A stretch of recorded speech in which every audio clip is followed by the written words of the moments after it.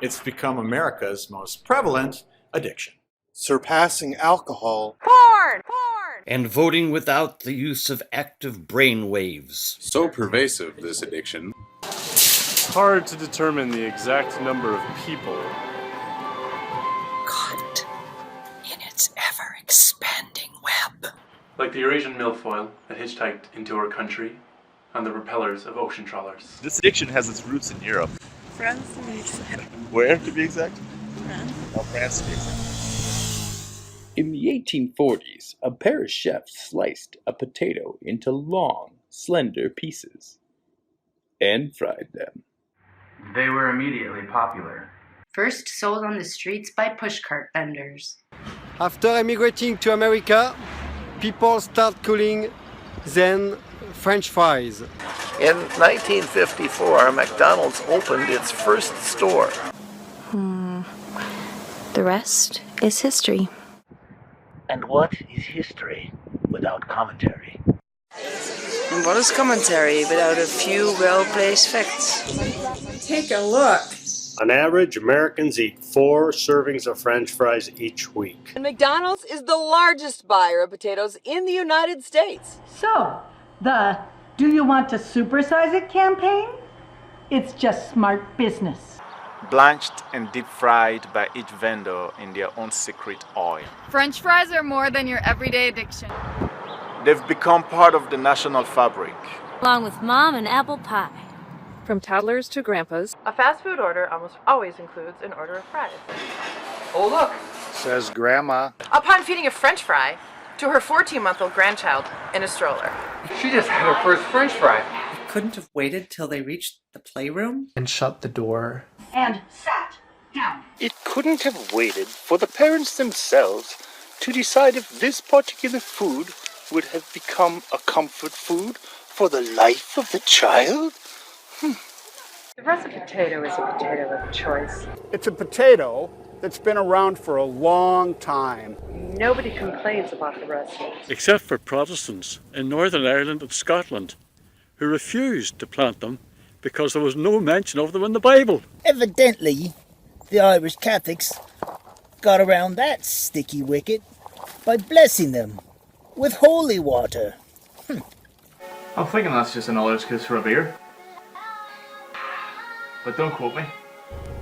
The biggest problem with French fries, other than the carb count, is the grease content. McDonald's originally fried their fries in beef tallow. It gave their fries a distinctive taste. But when the vegetarians got a hold of it, they filed a class action suit. So they switched to vegetable oil. Not an easy task. With Burger King nipping at their heels. And using a multi-million-dollar marketing campaign to prove it. McDonald's turned to the flavor industry in New Jersey. New York has Times Square. Nashville has Music Row. Hollywood has the Sign. We got the Mall of America. And New Jersey has the Taste Tunnel. Where dozens of companies located along the New Jersey Turnpike produce 2/3 of all artificial and natural flavors in the United States. These companies have become indispensable. Because 90% of all food purchased in the United States is processed. Canned. Frozen! Dehydrated. Losing most of the natural flavor in the process. It's the job of these flavor people to put the flavor back. Duh! the flavorists, as flavor scientists are called, are a very select and naturally secretive group of people, eh? They use mass spectrometry and chromatography, devising subtle flavors and odors that separate one product from another. In the consumer's mind! These guys give us the defining taste for cookies, toothpaste, cereals,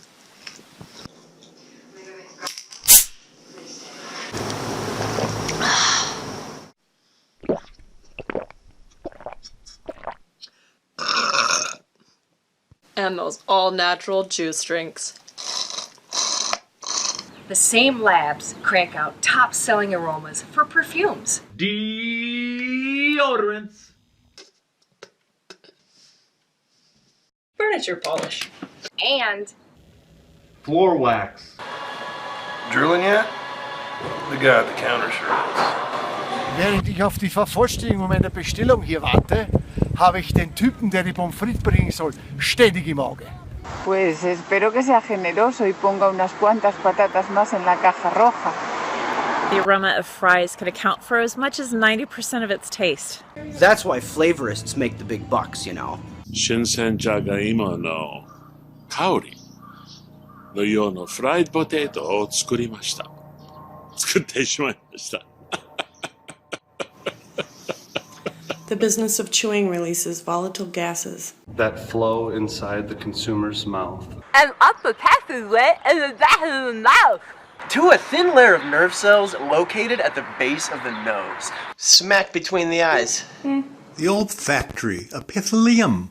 Rarely mentioned in fast food advertising. The olfactory epithelium has been dwarfed by slogans like "Have it your way." where's the beef? And we want to see you smile. Yet, the olfactory epithelium may be the main reason French fries have come to dominate our casual food culture in recent decades.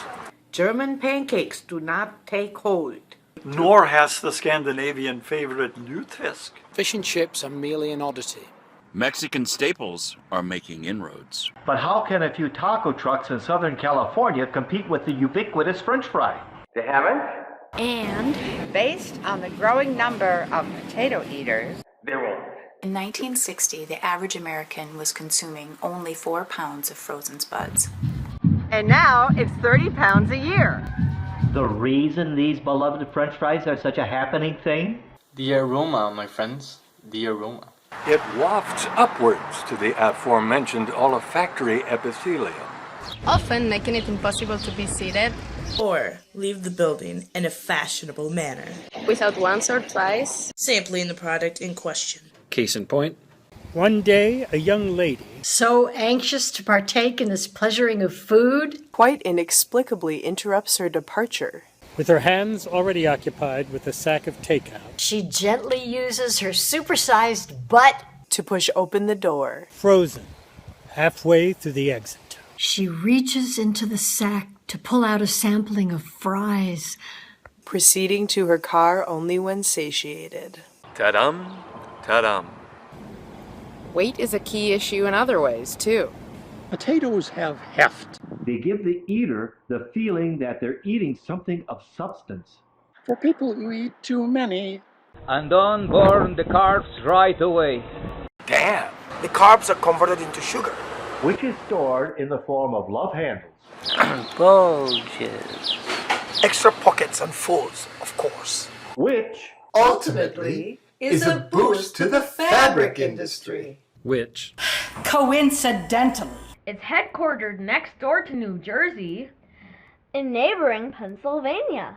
it's all connected. And With smoking now relegated to inquisitive teenagers, Boozers and biker wannabes. diabetes is getting more attention from the medical profession. Some docs say that eating one French fry is worse than smoking one cigarette. wow, that's a leap I didn't expect. Despite their problems, fries have become sacrosanct, Eliciting deep devotion and unfailing belief from those who partake. Amen, bro. Eating them is almost a religious experience.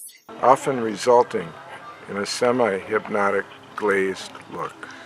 That seems to take over as the devotee consumes an order of fries. Rituals vary. But picture a fanatical soul dipping a single fry into a dollop of ketchup. And bringing the fry to the mouth. This golden wand of pleasure is allowed to touch the tongue. And then pulled into the eating compartment. Without ever coming in contact with the lips. Or perhaps this. The moment the fries are placed on the tray, Slide up to the counter and extend your hand. And the configuration of a 4-fingered prawn. To extract a 3, possibly 4. French fries from the steamy container. The grip tightens ever so gently. Perfected by multiple efforts over the years. Raising the fries towards your mouth while simultaneously levitating the elbow to allow rotation and easier access to the mouth cavity. Where the fries are sucked or pulled out of the finger carriage. And progressively chew until the nubbins are surreptitiously swept into the eating chamber with the aid of the tongue. All the while, staring at some distant thought. Hela tiden. Stirrar på någon avlägsen tanke. Paradise, perhaps?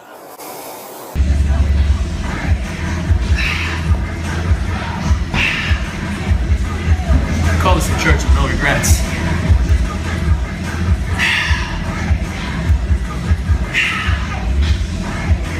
But I want